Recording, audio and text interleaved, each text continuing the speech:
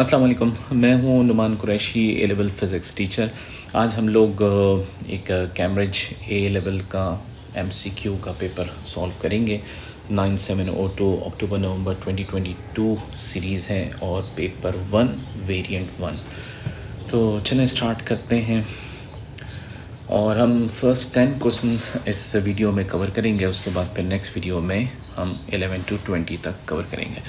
Now what is needed to accurately represent all physical quantities. तो जितनी भी physical quantities होती हैं उसमें दो चीज़ें होती हैं। एक तो आपके पास मैग्नीट्यूड, ठीक है, यानी न्यूमेरिकल वैल्यू, ठीक है, और दूसरा आपके पास यूनिट। अच्छा, यूनिट के लिए ज़रूरी नहीं है कि वो यूनिट एसआई यूनिट हो, वो कोई भी आपके पास यूनिट हो सकता है, यानी वो एमके सिस्टम का हो, एफपीएस सिस्टम का हो। एफपीएस सिस्टम आप लोग समझते हैं फुट पाउंड सेकंड्स, ठीक है, तो लेकिन यूनिट होना चाहिए। तो अब अगर इसमें ऑप्शंस को हम देखें तो हमारे पास ऑप्शन सी जो है, ऑप्शन ए के अंदर देख लें, a base unit and a number, ठीक है। तो नॉट नेसेसरीली कि वो बेस यूनिट हो, अगर कहीं न्यूटन लिखा हुआ है तो वो भी आपके पास जो है वो फिज़िकल क्वांटिटी हो सकती है, ठीक है। तो ये इस वजह से गलत हो गया।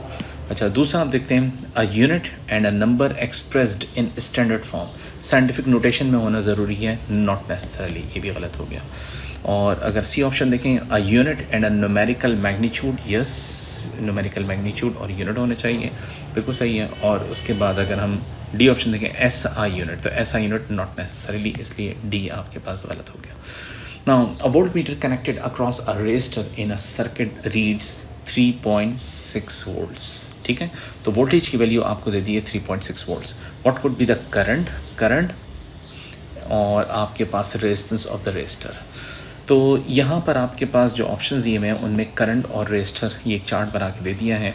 और आपको मालूम है ओ लेवल्स में आप लोगों ने ओम्स लॉ पढ़ा था, V = I × R। तो आपको करंट और रेजिस्टेंस की वो दो वैल्यू सेलेक्ट करनी है जिनका प्रोडक्ट आपके पास 3.6 वोल्ट्स के बराबर आ जाए। तो या तो ये है आपके पास कि आप हर वैल्यू को कैलकुलेटर में डालें और आंसर निकालें, या अगर आपकी मैथ्स अच्छी है तो आप डायरेक्टली प्रेडिक्ट भी कर सकते हैं क्लोज शॉट देख के। तो ये अगर डी ऑप्शन हम देख लें, डी ऑप्शन डायरेक्टली जो कि हमारे पास राइट आंसर है, तो 15 × 10⁻⁻6 एम्पेयर ये आपके पास करंट की वैल्यू हो गई। और रेजिस्टेंस की वैल्यू आपके पास कितनी है, 240, और किलो का मतलब हो गया 10⁻3। इन दोनों को मल्टीप्लाई करेंगे तो आपके पास आंसर आ जाएगा 3.6 volts. Now option question number 3 हमारे पास, an experiment to determine the acceleration of free fall g, the time taken for the ball to fall through a distance s is measured, the percentage uncertainty in the measurement of s is 2%। Percentage uncertainty of S हमारे पास 2% दे दी है, और percentage uncertainty in the measurement of T is 3%। T की percentage uncertainty आपके पास दे दी है। The value of g is determined using the equation as shown. आपको मालूम है कि अगर दो क्वांटिटीज़ डिवाइड हो रही हों तो आप उसके अंदर, या मल्टीप्लाई हो रही हों तो उनके अंदर आप फ्रैक्शनल अनसर्टेनिटी का फॉर्मूला लगाते हैं या परसेंटेज अनसर्टेनिटी का फॉर्मूला लगाते हैं। और परसेंटेज अनसर्टेनिटी हमें चूँकि निकालनी है तो हम उसका फॉर्मूला लगाते हैं। तो परसेंटेज अनसर्टेनिटी इन जी की परसेंटेज अनसर्टेनिटी क्या होगी, ΔG/G × 100 इज़ इक्वल्स टू 2 आपके पास कोफिशेंट है, इसकी परसेंटेज अनसर्टेनिटी नहीं होगी। उसके बाद S की परसेंटेज अनसर्टेनिटी क्या होगी, ΔS/S × 100, ये हो गया, और ये हमने इसको ब्रैकेट में क्लोज कर दिया। उसके बाद दो क्वांटिटीज़ मल्टीप्लाई हों या डिवाइड हो, अनसर्टेनिटीज़ हमेशा, या फ्रैक्शन अनसर्टेनिटी या परसेंटेज अनसर्टेनिटी हमेशा ऐड होती हैं। उसके बाद यहाँ आपको एक अदद टी के ऊपर स्क्वायर लिखा हुआ नज़र आ रहा है। तो टी के ऊपर जो स्क्वायर लिखा हुआ नज़र आ रहा है, ये वाला स्क्वायर, ठीक है। तो इसका रूल क्या है कि पावर बिकम्स कोएफिशिएंट। तो ये हम क्या करते हैं कि इसको हम कोएफिशिएंट बना देते हैं, ब्रैकेट ओपन करते हैं, और टी की परसेंटेज अनसर्टेनिटी हमारे पास क्या हो जाएगी, ΔT/T × 100, और ये हमने ब्रैकेट क्लोज कर दिया। अब हमारे पास हमें वैल्यूज़ को प्लग इन करने की ज़रूरत है। सिर्फ परसेंटेज अनसर्टेनिटी ऑफ S हमें ऑलरेडी गिवन है, और वो कितनी गिवन है, 2%। हम डायरेक्टली यहाँ पे 2% लिख लेते हैं, उसके बाद प्लस का साइन है, उसके बाद जो पावर कोफिशिएंट बनी थी वो आ गया, और उसके बाद हमारे पास percentage uncertainty of T given है 3%, तो डायरेक्टली हम 3% यहाँ पर लिख देंगे। ठीक है भाई, तो ये आपके पास 3 to the 6 + 2 8, तो आंसर हमारे पास आ गया 8%। विच क्वांटिटी इज़ अ वेक्टर, पहले बी ऑप्शन देख लेते हैं। स्पीड एक स्केलर क्वांटिटी है, तो ये हमारे पास पॉसिबल नहीं है कि स्पीड हो। टेम्परेचर एक स्केलर क्वांटिटी है, स्पीड स्केलर है, और यंग मॉडुलस स्केलर है। तो हमारे पास मोमेंटम मास टाइम्स वेलोसिटी, और वेलोसिटी एक वेक्टर क्वांटिटी है, दैट्स वाई आपके पास मोमेंटम भी एक वेक्टर क्वांटिटी हो गई। तो 4 का ए आ गया। नाउ अब 5th पे चलते हैं। A particle accelerate from rest, ठीक है। The graph shows the variation of the velocity of the particle with time T. ये हमारे पास वेलोसिटी टाइम ग्राफ है, और हम सबको मालूम है कि वेलोसिटी टाइम ग्राफ का जो ग्रेडियंट होता है, ठीक है, ग्रेडियंट वो किसके बराबर होता है? ग्रेडियंट बराबर होता है एक्सेलरेशन के, ठीक है। और हमें मालूम है, हमें नज़र आ रहा है कि हमारे पास ग्रेडियंट कांस्टेंट है, तो हमारे पास एक्सेलरेशन की वैल्यू भी कांस्टेंट है, ठीक है। ये तो हमारे पास इंफॉर्मेशन है जो हम यहाँ से देख के निकाल सकते हैं। उसके बाद क्या है? Which graph shows the variation of the velocity v of the acceleration of the particle with the acceleration a of the particle. हमारे पास जो ग्राफ दिया हुआ है y एक्सिस पे वेलोसिटी है, और x एक्सिस पे हमारे पास एक्सेलरेशन दी है, और एक्सेलरेशन की वैल्यू हमने देख लिया कि कांस्टेंट होनी चाहिए।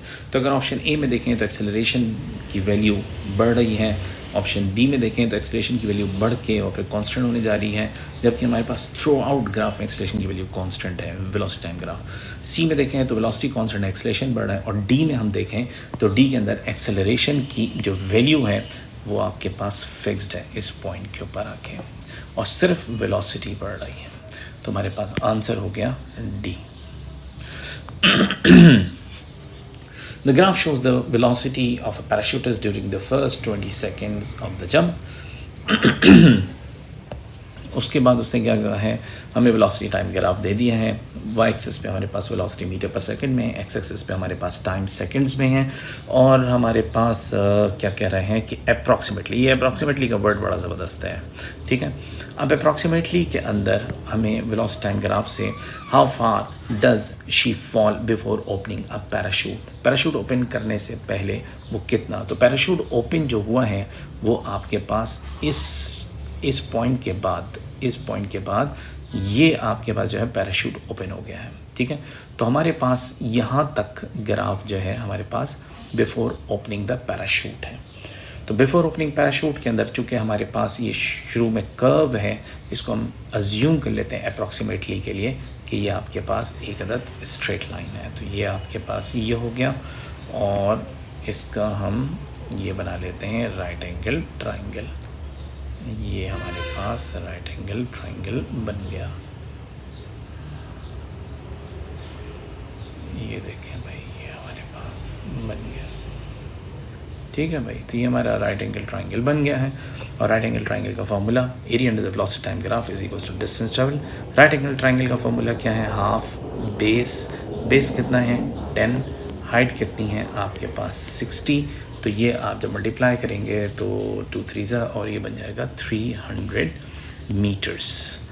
उसके बाद हमारे पास हम इसको ले लेते हैं बिफोर ओपनिंग द पैराशूट के अंदर हम ये वाला डिस्टेंस ले लेते हैं। ये हमारे पास क्या बन गया? ये हमारे पास बन गया एक अदद रेक्टेंगल, और ये रेक्टेंगल के अंदर ये हमारे पास, ठीक है भाई। तो ये रेक्टेंगल बन गया, तो ये आपके पास 10, उसके बाद ये 11, 12 और ये 13। तो बेस इंटू हाइट, ठीक है ना, बेस इंटू हाइट।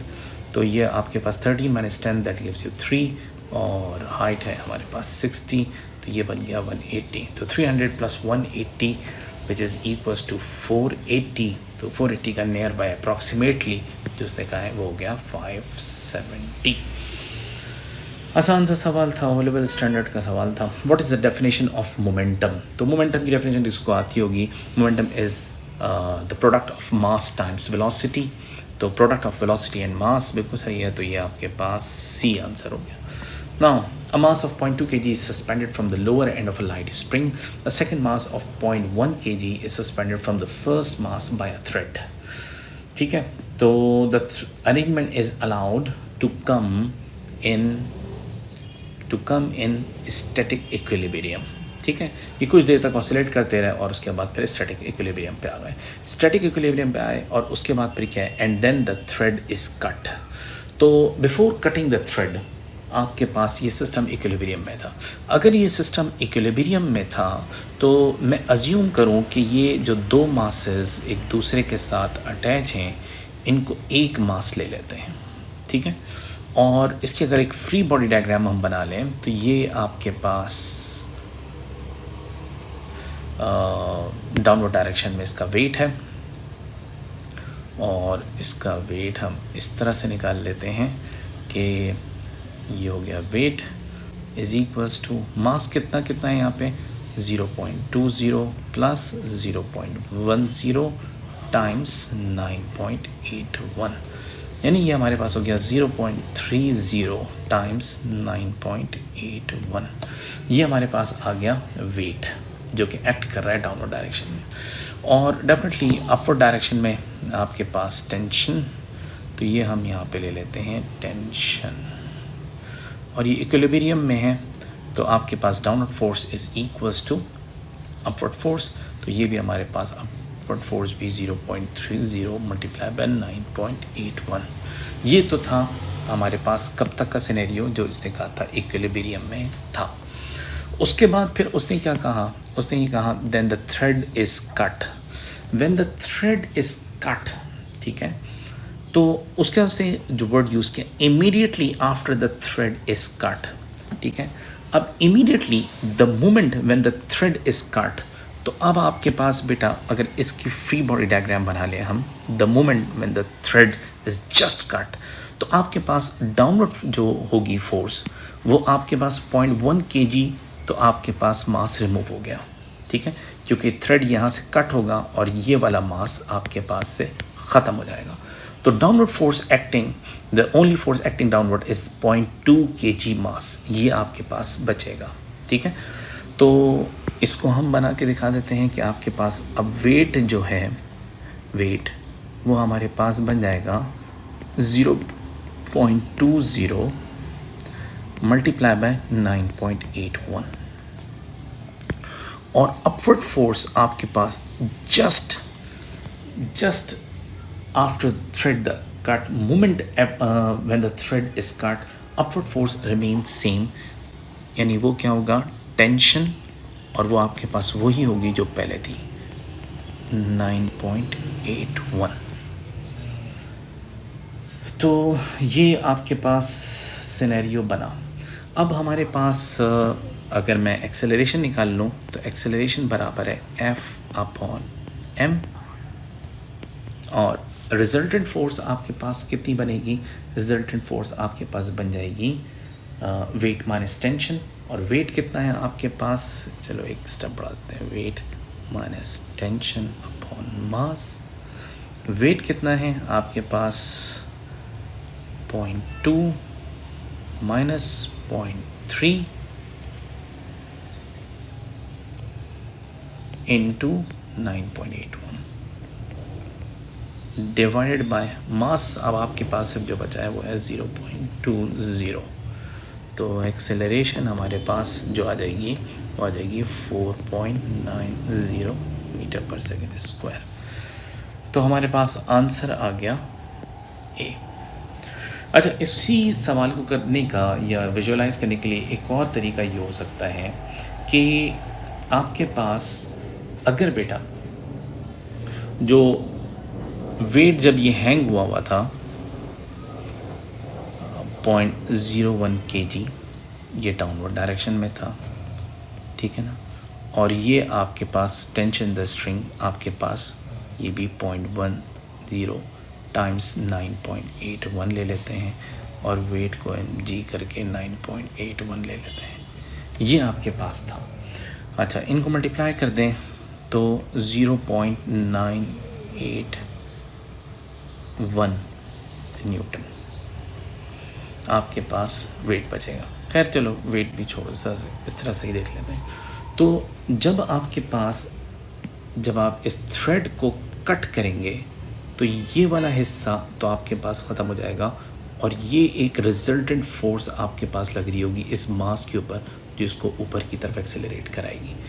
तो अगर मैं यहाँ से निकाल लूँ तो A is equals to 0.1 into 9.81 divide by mass which that accelerate is 0.20, तो इसका आंसर भी सेम आएगा 4.9 मीटर पर सेकेंड स्क्वायर। तो इस तरह से भी इस सवाल को कर सकते हैं। चलिए खैर, question number 9, a snowflake and a rain drop are in still air. ठीक है, they both fall from rest. ठीक है, इनिशियल वेलोसिटी 0 थी, at the same time and from the same height, दोनों को सेम हाइट से रिलीज़ किया। ठीक है, ये एक इंपॉर्टेंट पॉइंट है।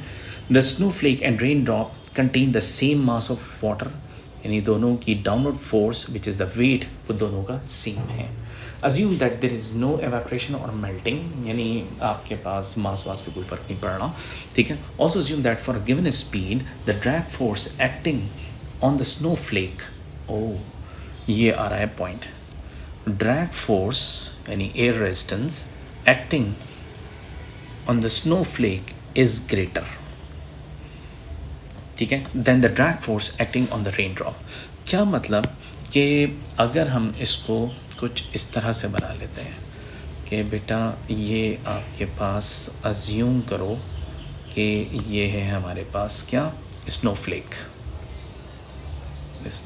ठीक है, और आपके पास ये वेट है डाउनवर्ड डायरेक्शन में, और ये आपके पास ड्रैग फोर्स है स्नोफ्लेक के ऊपर FD, ये लिख दिया। और दूसरा जो है हमारे पास वो है रेन ड्रॉप।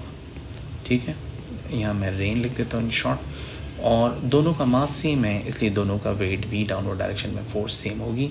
लेकिन वो ये कह रहे हैं इसके ऊपर जो फोर्स लग रही है वो आपके पास ड्रैग फोर्स वो कम है स्नोफ्लेक से।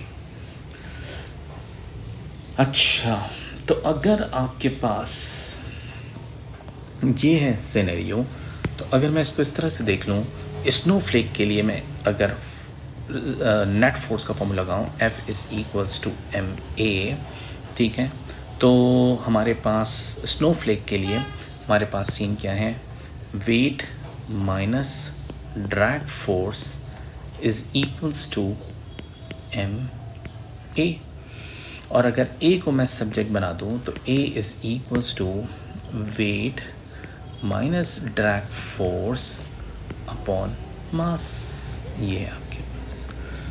अब बेटा आपके पास आपको उसने कहा है कि ड्रैग फोर्स की वैल्यू बढ़ रही है, ड्रैग फोर्स की वैल्यू बढ़ रही है, तो न्यूमरेटर को वेट में से जब हम सब्ट्रैक्ट करेंगे तो आपके पास न्यूमरेटर की ओवरऑल वैल्यू डिक्रीज़ होगी। उसकी वजह से आपके पास एक्सेलरेशन जो है वो आपके पास डिक्रीज़ होगी। तो acceleration of snow is less than acceleration in the rain drop. अगर एक्सेलरेशन स्नोफ्लेक में कम होगी तो आपके पास स्नोफ्लेक टर्मिनल वेलोसिटी को जल्दी अचीव कर लेगा। यानी बेटा आपके पास अगर ये वेलोसिटी टाइम ग्राफ है, ठीक है, और ये आपके पास ब्लू कलर से ही दिया था, ठीक है, तो ये आपके पास ये हो जाएगा स्नोफ्लेक का, और आपके पास जो रेन ड्रॉप है वो ये होगा आपके पास, ठीक है। अच्छा, तो अब ऑप्शन पढ़ते हैं। Which statement about the snowflake and rain drop is correct? The rain drop takes more time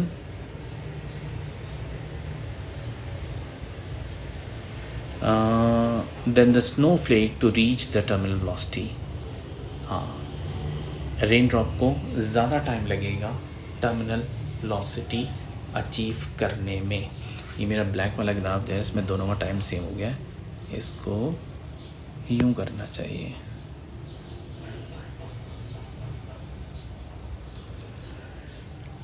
बिल्कुल सही है, क्योंकि उस पर जो आपके पास ड्रैग फोर्स है, टर्मिनल वेलोसिटी कब अचीव होती है? जब आपके पास upward force is equals to downward force, यानी वेट और ड्रैग फोर्स दोनों एक दूसरे को बैलेंस करते हैं। चूँकि रेन ड्रॉप की ड्रैग फोर्स की वैल्यू कम है तो वो टाइम लगाएगा आपके पास टर्मिनल वेलोसिटी अचीव करने में। तो yes, option A is correct. The rain drop takes more time than the snowflake to reach the ground. नहीं, बिल्कुल गलत। ठीक है, अच्छा, they reach the same terminal velocity, we don't no.